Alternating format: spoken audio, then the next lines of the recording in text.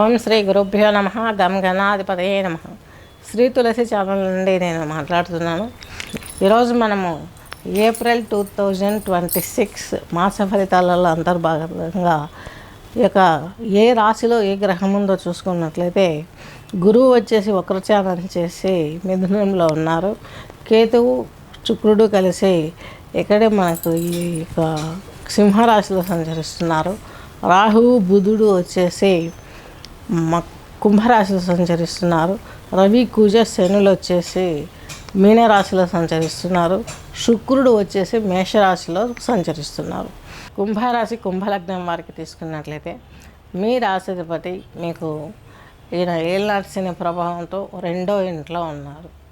దీని మూలకంగా కుంభరాశి కుంభలగ్నం వారికి మీకు వ్యయాధిపతి రాశిధిపతి అయినటువంటి ఇతను ఈ యొక్క మీనరాశిలో ఉండడం కొంచెం ప్రశాంతమైన వాతావరణాన్ని కలగజేస్తాడా అని అనుకుంటే ఈ టైంలోనే మేజర్గా కొంచెం ఇబ్బంది కలగజేసే అవకాశాలు ఉన్నాయి. ఎందుకంటే 6వ ఇంటిధిపతి అయినటువంటి ఇంకొక సప్తమాధిపతి అయినటువంటి రవి వచ్చేసి ద్వితీయంలో ఉన్నాడు.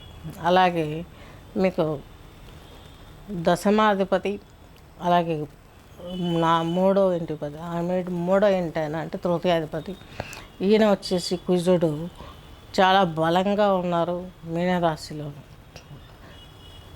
కుంభరాశిలో బుధుడు వచ్చేసి ఈయన మీకు బుధుడు 10వ తేదీన రాశి మారడం ఉన్నాడు, మీనంలోకి వెళ్ళిపోతున్నారు. దీని మూలంగా కొంచెం స్ట్రెస్ ఉంటుంది. ఈ రాహువుతో కలిసిన గ్రహానికి బుధునికి ఇంకా టార్చర్ ఎక్కువయ్యే అవకాశం ఉంటుంది కుంభరాశి కుంభలగ్నం వారికి. ఏ విధమైన టార్చరు? ఆఫీషియల్గా బిజినెస్ టార్చరు, సంతానలేమి గురించి, వివాహం గురించి, లేదా పెద్ద పెద్ద సంస్థలలో ఇన్వెస్ట్ చేయాలా వద్దా అనేది, అలాగే షేర్ మార్కెట్లలో కూడా ఇబ్బందులు ఫేస్ చేసి ఉన్న డబ్బు పోగొట్టుకునే అవకాశాలు కూడా లేకపోలేదు. అలాగే మీకు ఈ యొక్క 3వ ఇంట్లో వచ్చేసి పెద్దగా యోగించని విధంగా ఉంటుంది శుక్రుడు. మీకు ఈ యొక్క కుంభరాశి కుంభలగ్నం వారికి చతుర్థాధిపతి భాగ్యాధిపతి అయినటువంటి కుజుడు మీకు 2వ ఇంట్లో ఉండడం కొంచెం ఇబ్బంది. తల్లిదండ్రులు ఇబ్బందుల్లో ఉంటారు, వారిని మీరు చూసుకోవాలి చక్కగాను. అలాగే కుజుడు కూడాను మీకు బాగుండే గ్రహమే, మంచి ఫలితాలను ఇచ్చే గ్రహమే. ఎందుకంటే తృతీయాధిపతి దశమాధిపతి ఆయన వచ్చేసి మీకు ఈ యొక్క దశమాధిపతి అయినటువంటి ఆయన 2లో ఉన్నాడు. మీకు 2వ ఇంట్లో కుంభరాశి కుంభలగ్నం వారికి మీ సప్తమాధిపతితో కలిసి ఉన్నారు కాబట్టి తల్లి, చెల్లి, అలాగే వదినమ్మ, అన్న, ఇలా వీళ్ళందరూ రిలేషన్స్ ఎలా ఉంటాయంటే మీకు పరమానందాన్ని ఇస్తాయి. అంత మంచి ఫలితాన్ని ఇచ్చే గ్రహాలు.